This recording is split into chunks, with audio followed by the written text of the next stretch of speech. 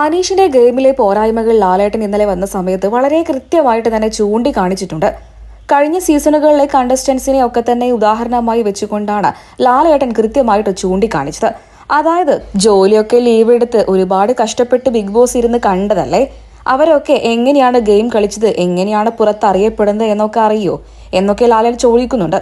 അനീഷിന്റെ ആവർത്തിച്ച് പറഞ്ഞുകൊണ്ടുള്ള വെറുപ്പിക്കൽ അത് മാറ്റിവെച്ചാൽ അനീഷ് വളരെ സ്മാർട്ട് ആയിട്ടുള്ള ഒരു പെർഫെക്റ്റ് ആയിട്ടുള്ള കണ്ടസ്റ്റന്റ് തന്നെയാണെന്നാണ് ലാലേട്ടൻ പറയുന്നത്. ഈ ആവർത്തിച്ചുള്ള സംസാരം ഒഴിച്ചു കഴിഞ്ഞാൽ നീ നല്ലൊരു കണ്ടസ്റ്റന്റ് തന്നെയാണെന്നാണ് നമ്മുടെ ബിഗ് ബോസും ലാലേട്ടനും ഇപ്പോൾ അനീഷിനോട് പറഞ്ഞിരിക്കുന്നത്.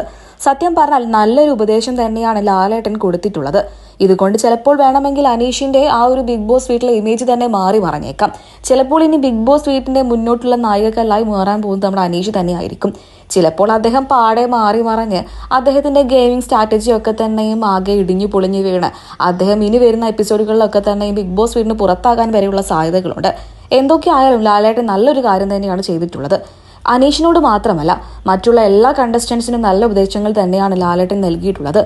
ഇതുവരെയുള്ള സീസണുകളെ വെച്ച് നോക്കുമ്പോൾ ഇത്തവണത്തെ സീസൺ പ്രത്യേകമായിട്ട് എല്ലാ കണ്ടസ്റ്റൻസിനും അതുപോലെ നല്ല രീതിയിൽ തന്നെ അഡ്വൈസ് കൊടുക്കാനൊക്കെ തന്നെയും ലാലേട്ടൻ ശ്രമിക്കുന്നുണ്ട്. ആദ്യത്തെ നാളുകളിൽ തന്നെ തെറ്റുകളൊക്കെ തന്നെയും അവർക്ക് എടുത്തു പറഞ്ഞ് കാണിച്ചു കൊടുക്കാനും ലാലേട്ടനും ബിഗ് ബോസും ശ്രമിക്കുന്നുണ്ട്. ഇത് നല്ലൊരു തീരുമാനം തന്നെയാണ്. ഒരു സമൂഹത്തിൽ നമ്മൾ ജീവിക്കുമ്പോൾ നമുക്ക് ആരെയും വകവെക്കാതെ നമുക്ക് ഒറ്റയ്ക്ക് മുന്നോട്ട് പോകാൻ പറ്റില്ല. അവിടെ ഈ ഒറ്റപ്പെടൽ സ്ട്രാറ്റജി എടുക്കേണ്ടതെന്ന് തന്നെയാണ് ലാലേട്ടൻ പറയുന്നത്.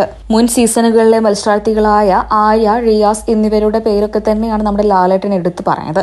ഇതിൽ നിന്നും ഒരു കാര്യം വ്യക്തമാണ്, ഒറ്റപ്പെടൽ സ്ട്രാറ്റജി എടുക്കേണ്ട അനീഷേ എന്ന് തന്നെയാണ് ലാലേട്ടൻ പറയാതെ പറഞ്ഞത്. എന്തൊക്കെയായാലും അനീഷിന്റെ ഗെയിം ഇനി എങ്ങനെയാണ് മുന്നോട്ട് പോവുക എന്ന് നമുക്ക് കണ്ടറിയാം.